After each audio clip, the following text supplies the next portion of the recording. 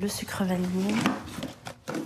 Nadia n'imaginait pas que ces produits ménagers puissent avoir de telles conséquences sur sa santé, au point de l'handicaper dans sa vie quotidienne. Même si aujourd'hui, elle a repris toute sa place à la maison et peut préparer par exemple un goûter pour son enfant. Je pense à mon fils qui sera content que maman fasse les crêpes et non toujours papa. Il y a peu, elle ne pouvait quasiment plus utiliser ses mains. Avant, je faisais comme ça. C'était très compliqué. Maintenant, je peux la prendre correctement et normalement surtout.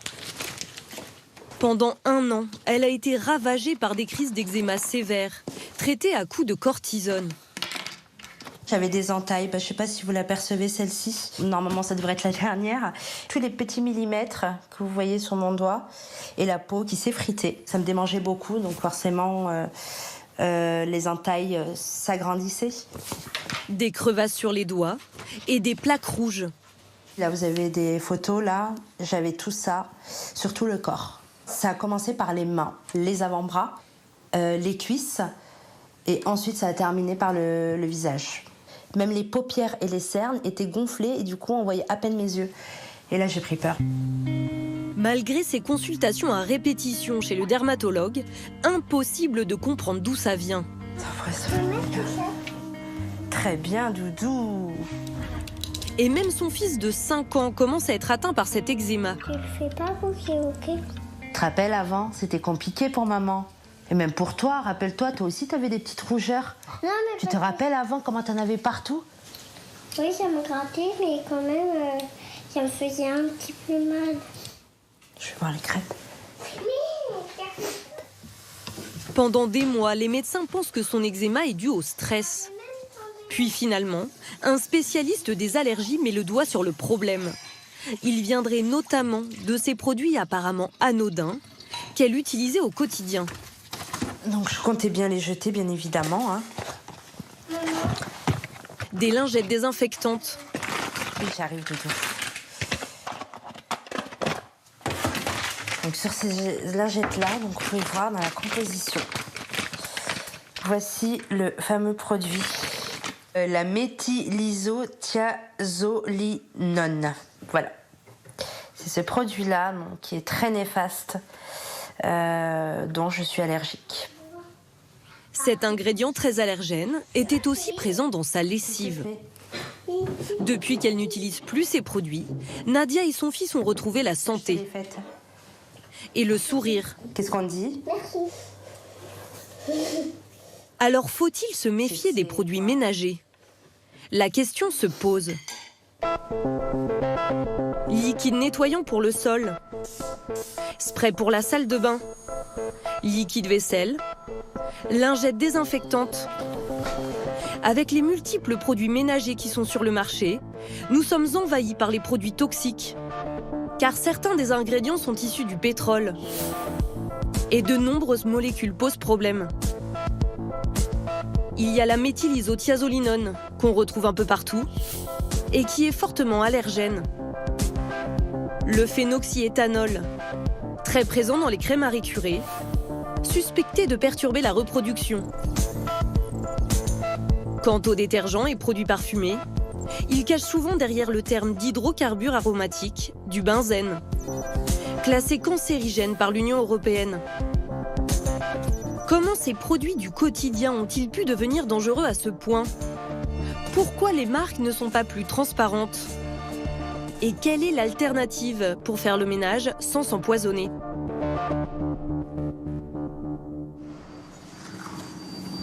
Tout le problème, c'est que nous sommes devenus accros à ces produits souvent très efficaces. À l'image de Simona, une jeune femme roumaine très énergique, qui part au travail avec de la musique plein pot dans les oreilles. C'est un truc roumain. Oui, c'est des rap. Ouais, le rap.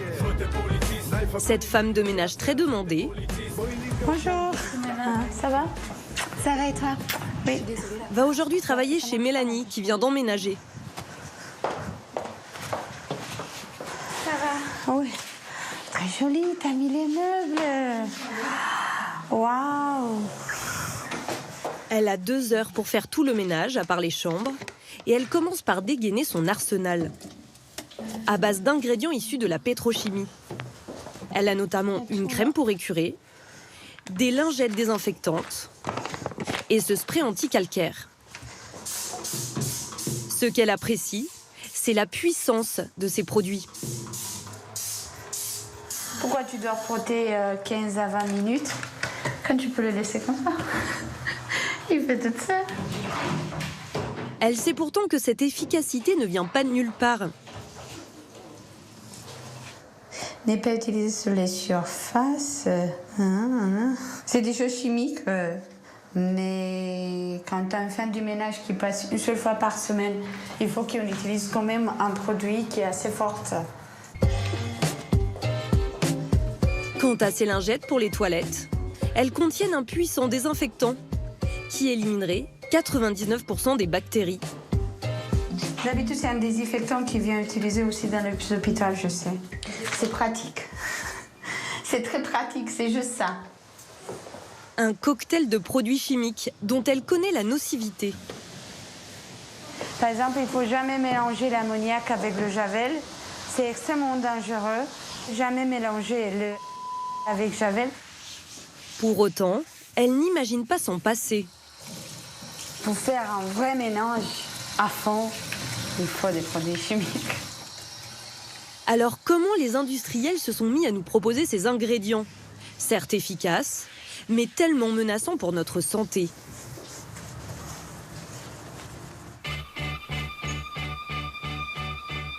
Il est difficile de se faire ouvrir les portes des grandes marques traditionnelles.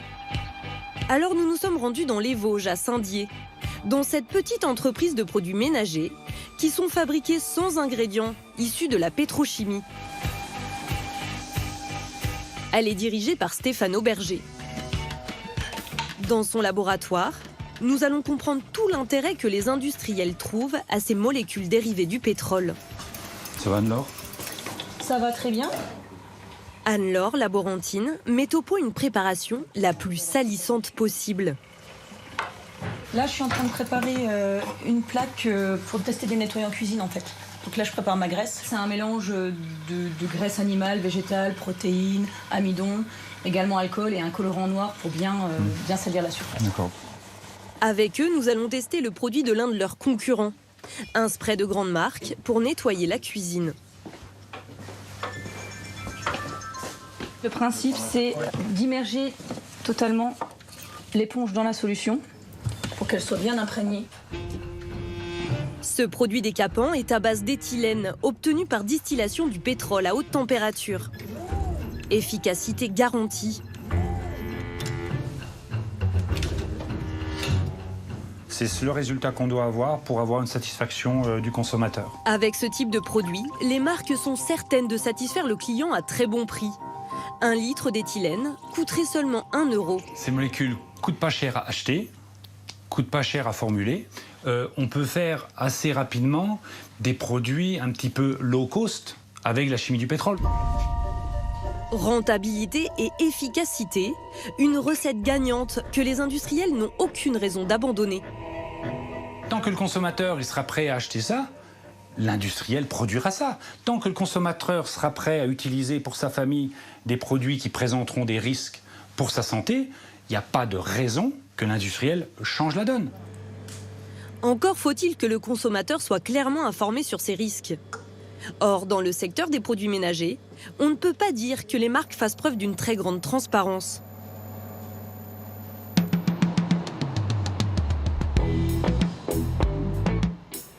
À Paris, chez 60 millions de consommateurs, Emmanuel Chevalier a fait un grand marché. Cet ingénieur a passé au crible 108 produits ménagers, les best-sellers du marché. Ça pue, c'est horrible.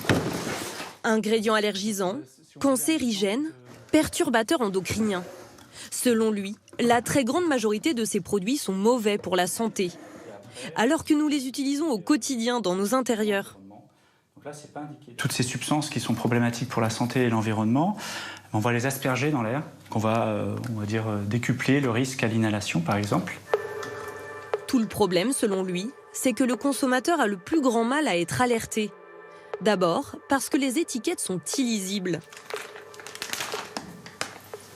Ah oui, c'est le pire du pire de l'étiquetage. Chaque mot va être mis dans plusieurs langues. Mot, slash, avec les différentes langues. C'est écrit tellement petit, hein. Ensuite, contrairement aux produits alimentaires, les marques n'ont pas l'obligation de mentionner tous les ingrédients. Mais il y a des substances en dessous d'un certain seuil, ils ne seront pas obligés de l'indiquer. C'est notamment tout ce qui est perturbateur endocrinien, même des substances qui sont susceptibles d'être cancérigènes, mutagènes, reprotoxiques. Elles ne sont pas indiquées si elles sont en dessous d'un certain seuil. Alors, pour qu'on y voit plus clair, 60 millions de consommateurs proposent le Ménage Score. Une notation simple des produits ménagers, du vert au rouge, de A à E. E, c'est éviter d'utiliser ce produit. D et C, c'est à utiliser avec parcimonie. Donc en connaissance de cause, qu'il y a un risque pour la santé et l'environnement. A et B, c'est des produits qui peuvent être utilisés, mais selon les recommandations du fabricant. Un code couleur pour éviter les pièges en un coup d'œil. Voilà un exemple d'une marque où un produit sort A avec notre classement et un autre qui sort E de la même marque. Donc on ne peut pas se fier à la marque. 60 millions de consommateurs rêveraient que ce label devienne obligatoire. Pour cela, l'association a lancé une pétition en ligne. En 4 mois, elle a recueilli environ 35 000 signatures. Mais que pensent du Ménage Score les principales intéressées? Les marques traditionnelles, grandes adeptes des dérivés du pétrole. Nous avons tenté de leur poser la question. Elles ont quasiment toutes botté en touche. J'ai demandé auprès de mes interlocuteurs internes et j'ai aucun retour pour le moment. Sauf l'une des grandes du secteur. Elle se plaint de ne pas être informée de la méthodologie de 60 millions et nous écrit « Nous souhaitons promouvoir plus de transparence sur la composition des produits. C'est pourquoi la liste des ingrédients de nos produits est disponible en ligne. » Mais ce n'est pas une initiative de leur part pour être plus transparent. C'est une obligation légale. Pour les marques de produits ménagers les plus conventionnelles, difficile de tourner le dos à la pétrochimie. Alors depuis quelque temps, dans les rayons de nos supermarchés, sont apparues des marques plus vertes.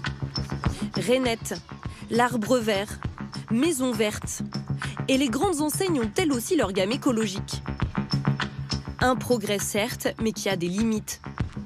Car elles sont certifiées par des labels comme EcoCert et Écolabel européen.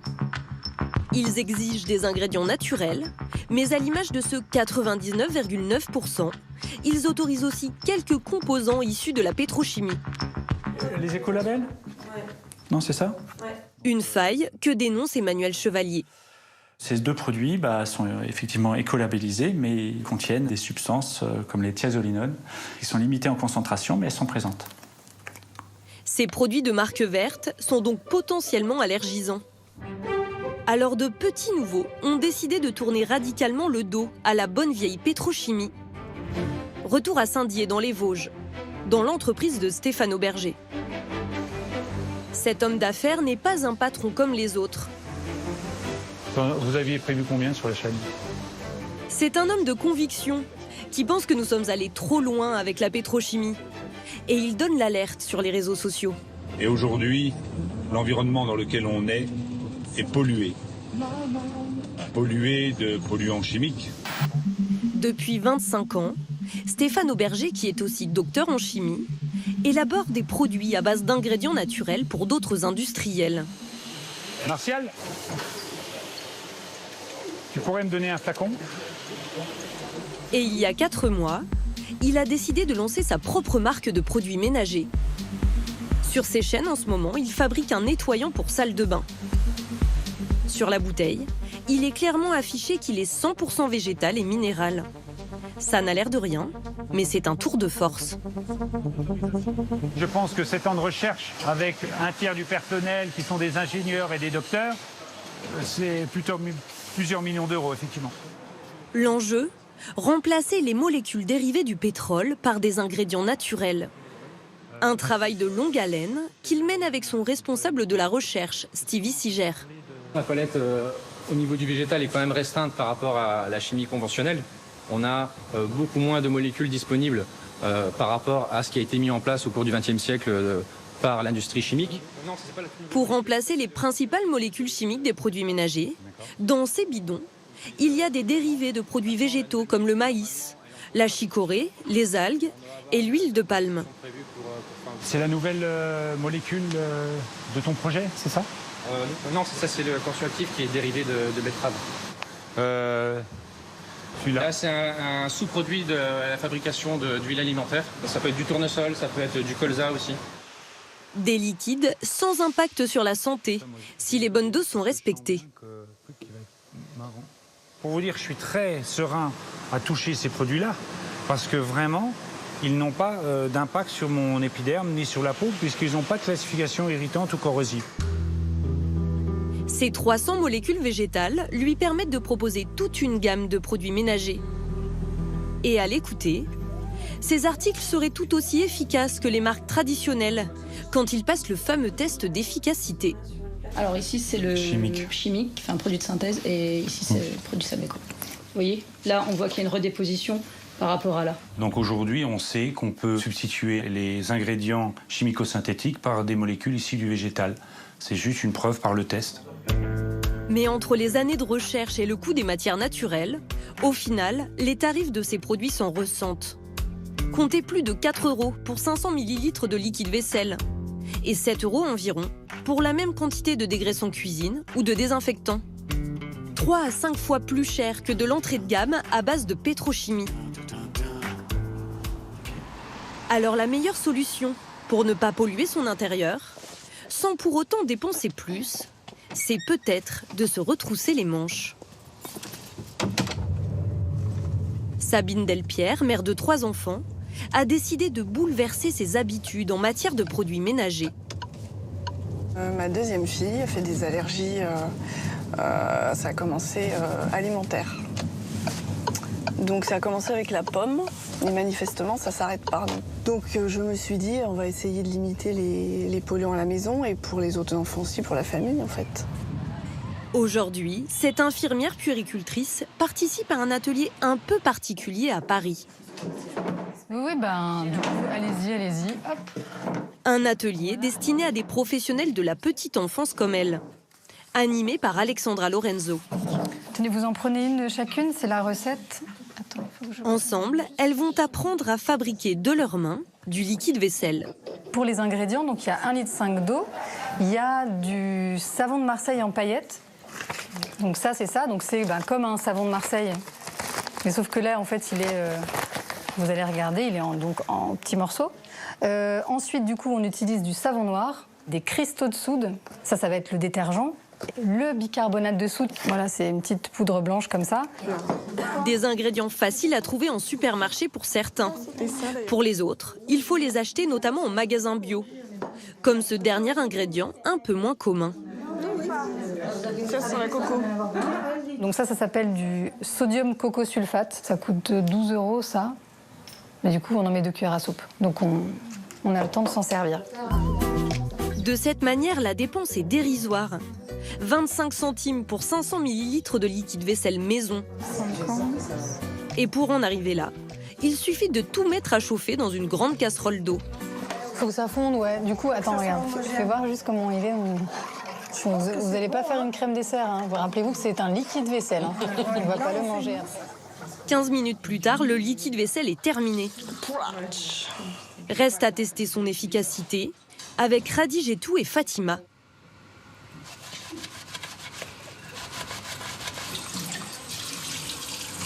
Et voilà. C'est propre, il n'y a pas d'huile, il n'y a pas de gras.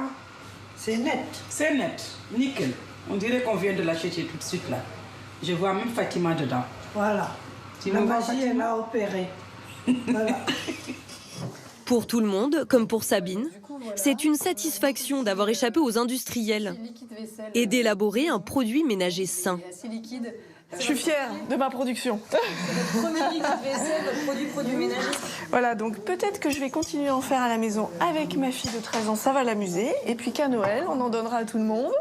Et ça donnera envie peut-être aux tatas, aux grand-mères. Comment t'as fait? Et il y a urgence à changer nos habitudes. La pollution intérieure, dont les produits ménagers sont en partie responsables, au revoir, serait à l'origine de 20 000 décès prématurés chaque année en France.